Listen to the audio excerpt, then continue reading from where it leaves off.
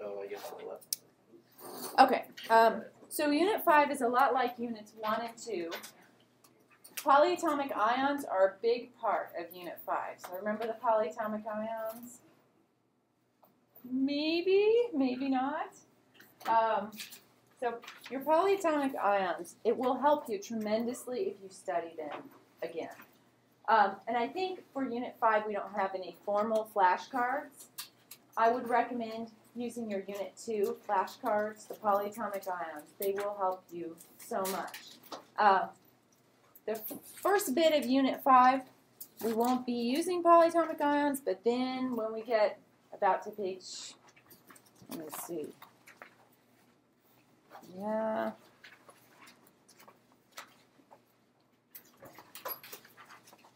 We get to solubility rules. Page 6, that's when polyatomic ions really come into play. And a nice way to think about Unit 5 is that you're reviewing for the final. So, did I tell you that we used to organize the units differently than we do now? Have I told you that? Okay, so it used to be that we would have Unit 1, Unit 2, and then Unit 5. So the 3 units together, and that was inorganic chemistry, so not organic chemistry. And then after Unit 5, we would have Unit 3, Unit 4, and then biochemistry.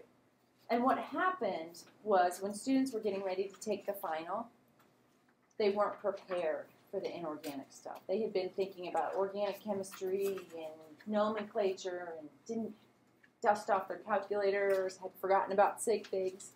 And so what we found is that by reorganizing the units this way, where we have 2 inorganic units, 2 organic units, and then going back to inorganic, it helps you before the final. So, if you're just not catching up to speed in Unit 5, this is a good time to use the final review packet. Say that maybe you're Unit 2, maybe you're not writing the formulas for compounds correctly. Maybe you forgot how to do the cross and drop, or maybe you forgot the rules about Roman numeral nomenclature, like copper 1 chloride or cuprous chloride, that type of thing. But after we rearranged the units, students did a lot better on the final. And we all want you to succeed, so we're trying to get this in a format that is more memorable. So first, if Unit 5 is a little harder, you're shifting gears tremendously, that is perfectly normal, and I predict that. So, but if you really missed inorganic and you're happy to be back, you'll probably won't be that difficult for you. The other thing, if you really liked organic, you're going to have to stretch, going back. So, but like anything, change is hard. So, and we change so often in this class that this is, once you're just getting the hang of it, we change. So, but let's go over, we're going to talk about water. What's the formula for water? H2O. So we have H2O,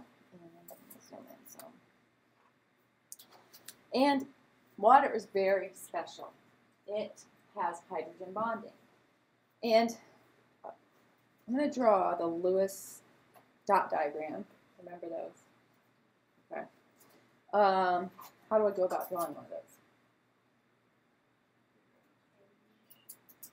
Put your oxygen in the middle. And what am I looking at? I'm looking at the valence electrons, right?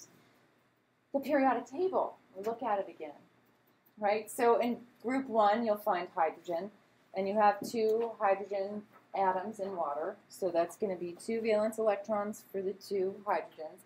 And then what group is oxygen in? 6. So that's going to be 6 valence electrons. So our Lewis dot diagram for water should have 8 valence electrons shown. What I frequently get on quizzes or lab exams or labs, I get this. Now remember that this bond right here represents how many electrons? 2. So you can draw it as 2 dots or you can draw it as a line. And then, so 2, 4, 6, 8. What happens a lot of times is students get a little over generous with their electrons. They go into electron debt, right? Or maybe I'll put the wrong structure here. So you have, I'll get submissions, or answers like this where it's like, that's way too many electrons, right? How many electrons is this? 2, 4, 6, 8, 10, 12, 14, 16, 18, 20. That's way too many electrons for what we have. So this is incorrect. The correct Lewis dot diagram is here. And the reason I drew this out is because water, I mentioned, participates in hydrogen bonding. And it's a special type of bonding. We learned in Unit 2 about polar covalent bonds.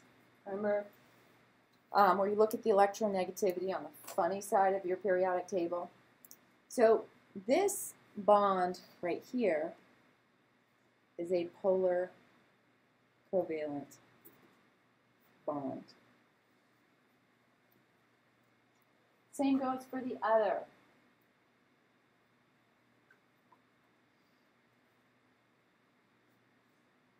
Side. So this is a polar covalent bond. So a lot of times students will say, that's hydrogen bonding. That bond right there is hydrogen bonding. That is not hydrogen bonding. Hydrogen bonding, I'll give you the definition now. So we'll go down to this and then I'll draw it up here. Hydrogen bonding is the attraction between B/T, a hydrogen atom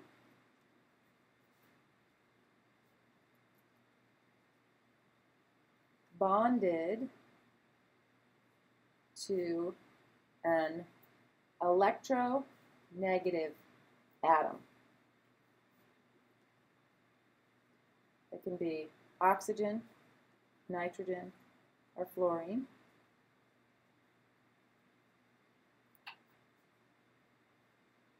And another nearby oxygen, nitrogen, and fluorine.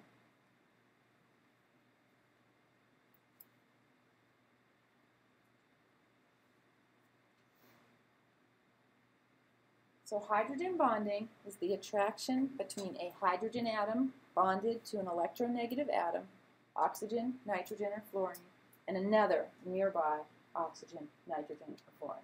It makes no sense, right, when I say it like this. I'm crazy. What is she saying? Yes. So we mentioned earlier that this is a polar covalent bond right here. What does that mean? The electrons aren't distributed equally, right? So oxygen or hydrogen, which one is it? Which one's going to pull electrons more to itself? Oxygen. Oxygen is more electronegative. So it's hogging all those electrons in that bond. And so what happens is that oxygen feels negative because it has all those electrons. So it has a partial negative. So that crazy symbol that I just drew, that delta, that is a partial negative on oxygen. Now, if oxygen has a partial negative, then hydrogen must have a partial positive. Excellent. So, partial positive.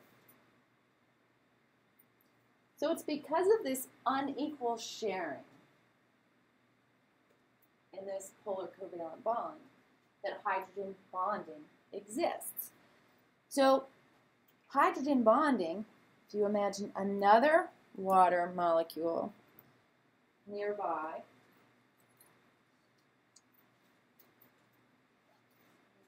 never know what colors are going to show up.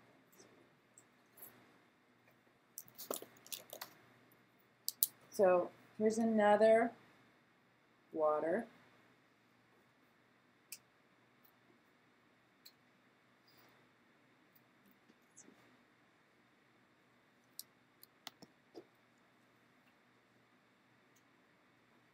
So this water has the same distribution, right? You have a partial positive on this hydrogen, a partial negative on this oxygen, a partial positive on this hydrogen.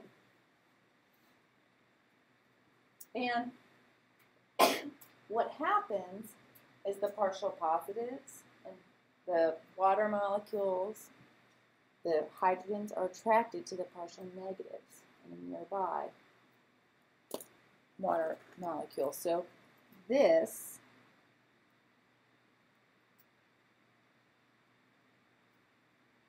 I'm drawing a dashed line.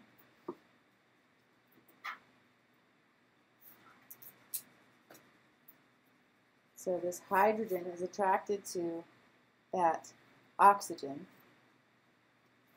This is hydrogen bonding.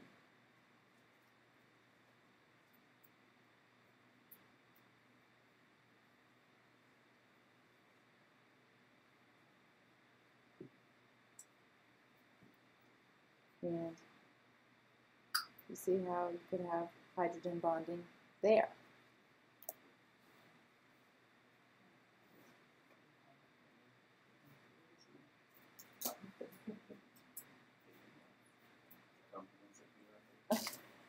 Thank you.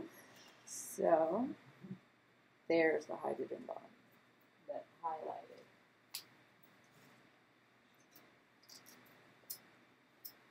So let's read that definition again. Now maybe it will make more sense. So the attraction between a hydrogen atom, so this is the hydrogen atom, bonded to an electronegative atom, such as oxygen, nitrogen, or fluorine. Okay, so we've satisfied that requirement. And another nearby oxygen or nitrogen, an oxygen, nitrogen, fluorine atom.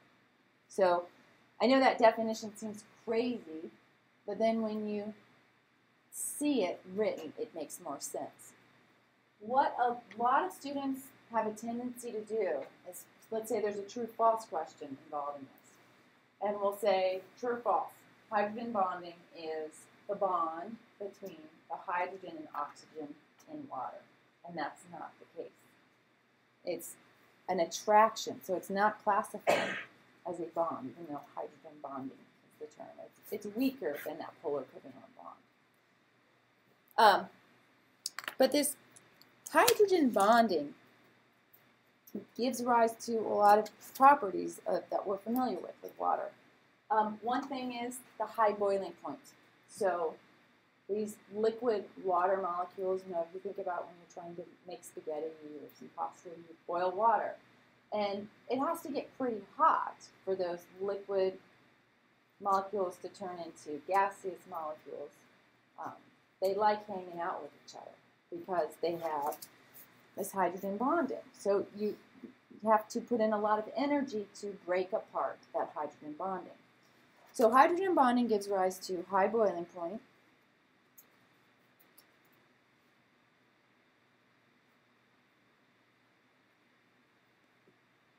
And it also gives rise to, you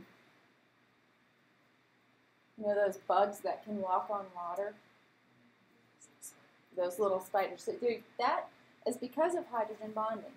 The high surface tension of water is because of the hydrogen bonding.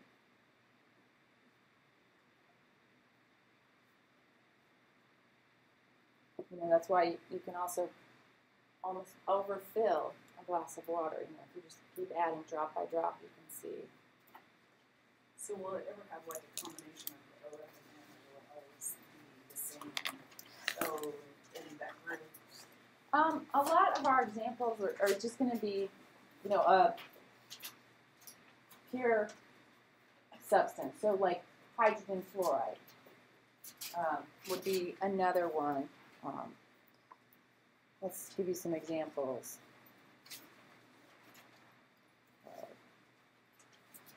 Hydrogen bonding. So A, B, C, D. Hydrogen fluoride, right, hydrofluoric acid, that would be one. where you have a hydrogen bonded to a fluorine, so hydrogen bonding would be present. So that would be one. HCl is not going to be present because you don't have the oxygen, nitrogen, or fluorine. So not in that one.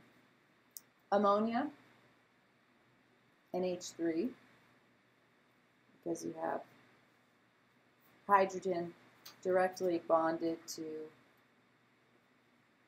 an oxygen, nitrogen, and fluorine atom, and then you can imagine drawing another molecule where they have the partial positive and partial negatives, just like we did for water. That would have to be another NH3, or would it could be NH2 connected? It could be a water, too. Most of our examples we keep pretty simple, but you could also, I think the most complicated we would get would in water, where you have like ammonia in water. You could imagine hydrogen bonding going on there because you have the partial positive, partial positive, partial positive, partial negative. So this ammonia would satisfy your hydrogen bonding requirements. And then, what's that? Negative 1 index. Yeah, index, exactly. Ammonia. Let me give another example of, here's a good one for you. Bring it back to Unit 4. Formic acid. So you have, what functional group is that? Formic acid. 1 carbon, so carboxylic acid.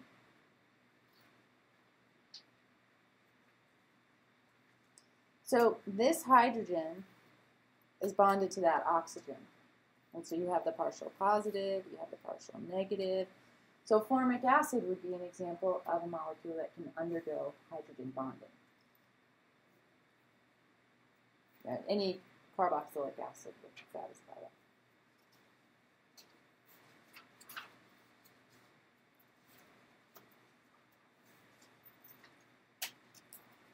Okay. Any other questions about hydrogen bonding? You said in the carboxylic acid could hydrogen. Right, because you have that functional group, C double bond O, OH, where you have a partial positive here, a partial negative here. All right, so a lot of Unit 5 talks about solutions. And so we'll talk about solution concentration, we'll talk about solution properties. We'll do a lot of math with solution concentrations, so molarity, mass percent, mass volume percent. But before we get into all of that, it's really helpful to understand what a solution is. So a solution is a mixture. So another way to call it would be a mixture. That's probably what you find in a non-science class, or just talking about things. So you make solutions all the time. You deal with solutions all the time. If you make Kool-Aid, you've made a solution. If you deal with healthcare, IV solutions, there's a specific concentration of electrolytes in the IVs. So it's very important to understand solutions and the concentrations, and you want to make sure that you have the right concentration of a solution, right? Especially before you put it into somebody's system.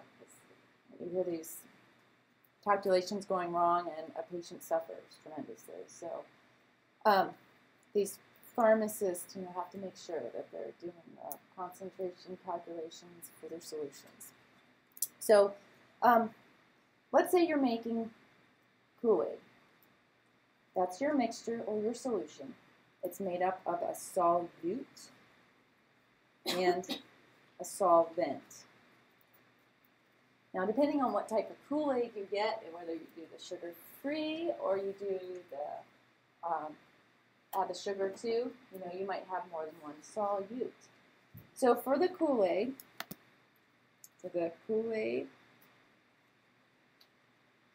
is your mixture. The solute would be the little packet. That's the packet. And then what would the solvent be? Water. And if you make, different shooters, you might have another solvent that you add, right? But so the packet of your Kool-Aid, is it solid or is it liquid? Solid. So the solute is this smaller amount, and it changes phase oftentimes.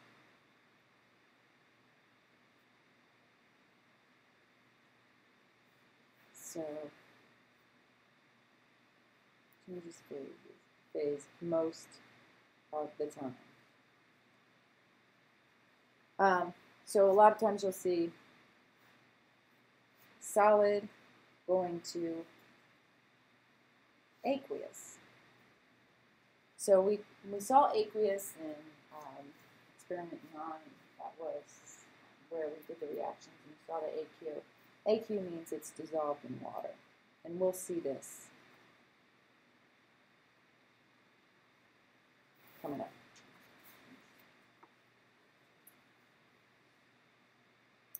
The solvent is your larger amount,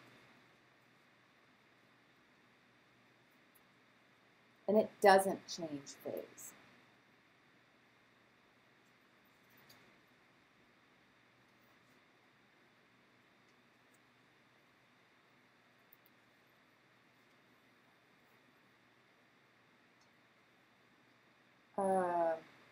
So this Kool-Aid example, it could be that you have more than one solute. Like I said, depending on what type of Kool-Aid you make. If you make the sugar-free one, then you're just going to use that one packet. If you use the one that requires sugar, your packet and your sugar are going to be classified as the solute.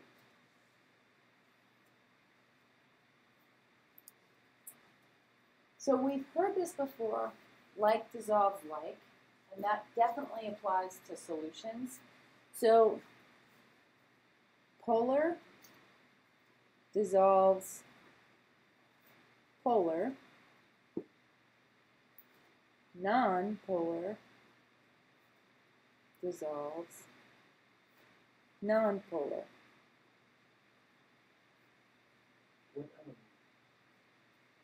With that, like, they've been working in the coffee business. Like, if you add like an artificial sweetener, it dissolves right away. But if you put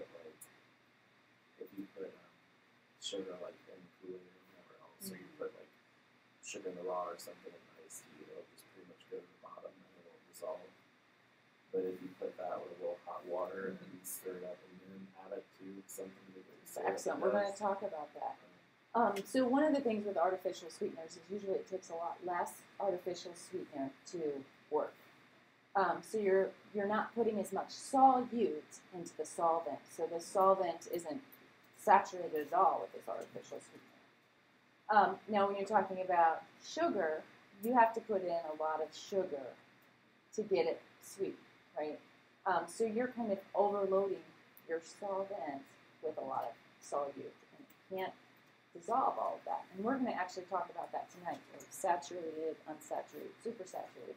So in order to increase how much can dissolve, you heat it up, and that increases the solubility.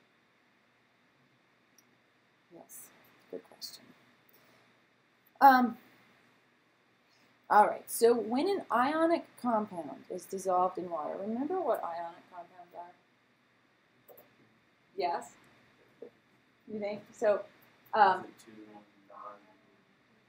metal to non-metal. Excellent. So ionic compounds are metal to non-metal. And I'm definitely going to try to trigger your memories of Unit 1 and 2. So if you don't know something, don't be at all upset, or I'm not trying to upset you. I'm just trying to dust off the cobwebs, because I know it happens.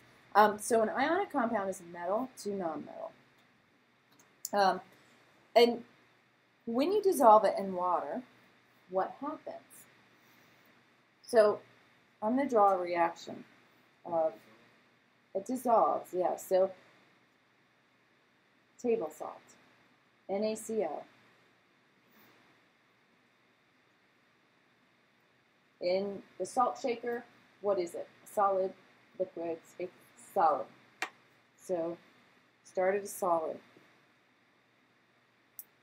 When you put it into water, I'm going to put water over the arrow, kind of preparing you for what we're going to see later on. What happens is two things. It dissolves.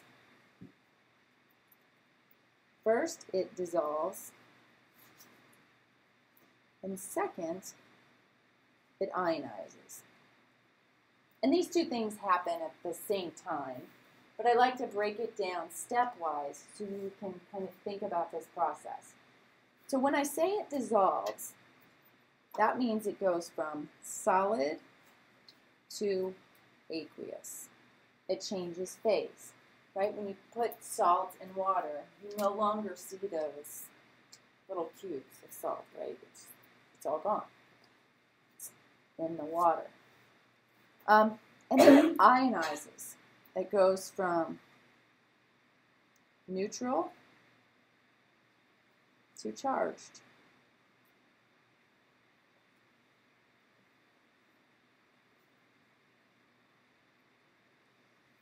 So what ions do we have in sodium chloride? Remember your periodic table, group 1 is where we find sodium, and group 1 has a +1 charge. So sodium becomes soluble, so it goes from solid to aqueous, and then it forms a charge, so that +1. And then chloride does the same thing. So you have Cl going to Aq and -1. Now what's happening with this water? Remember how water has a certain polarity? And you have, I'll put your water over here. You have partial positive, partial negative, partial positive. So you have, what's a positive ion called? Does anybody remember? Close. It's positive cation. So think of that T in cation. And then your anion is the chloride. So these are broken apart. They're separated, they're ionized. And what's happening is that water is surrounding these ions depending on the polarity of your water. So what part of water is going to be attracted to your cation? Oxygen. So you have all these oxygens kind of aligning themselves around sodium ion, like this.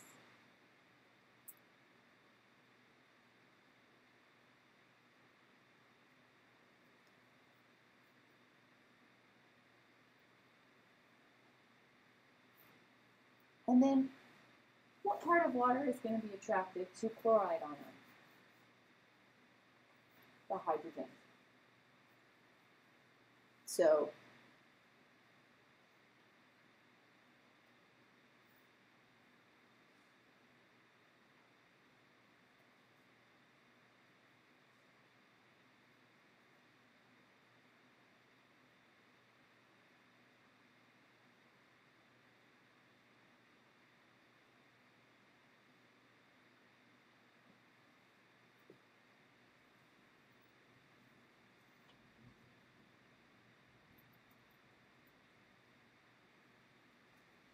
this process that I just illustrated is called hydration.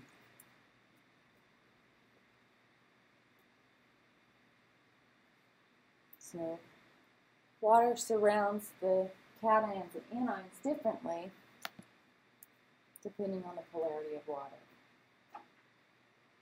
you have an anion, the partial negatives of water for the oxygen, which is partially negatively charged, lines up that way.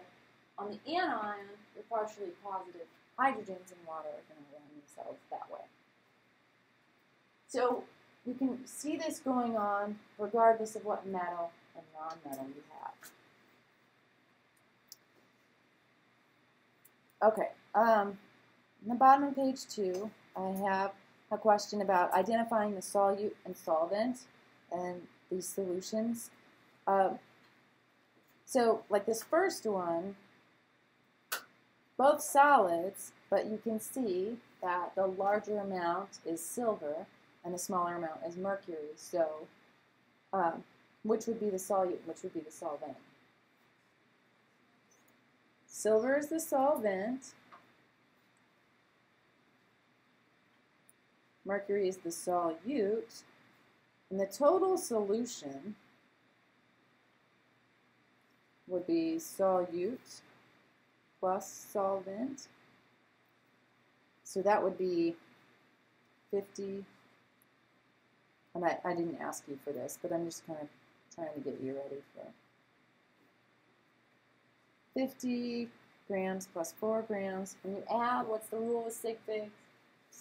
After the decimal. So I have 1 after the decimal with 50 grams, and I have 1 after the decimal with 4 grams. So I have 54.0 grams. That's my total solution. And I'm going to start abbreviating solution SOLN. Okay, this next one, 100 mils of water and 5 grams of sugar. Which one's the solvent? Which one's the solute? Solvent is water. Solute is sugar. And in order to calculate the total solution, which I didn't ask you to do, but if you think about this, I have 1 unit in milliliters and the other unit in grams. So if I wanted to get them both in the same unit, I would need a conversion factor. What conversion factor converts grams to milliliters? Remember, mass over volume, density. So I know I'm stretching you guys, but okay. So if we had the density, we could convert that, but just kind of a thought exercise. C, 1 gram of iodine and 50 milliliters of alcohol. Remember, iodine's one of those Hofbrinkels. It's a diatomic, so it comes in 2s. So whenever you come across iodine in your healthcare professions, that's I2. So, all right, which one's a solute? Which one's a solvent? Iodine's a solute. Alcohol is the solvent.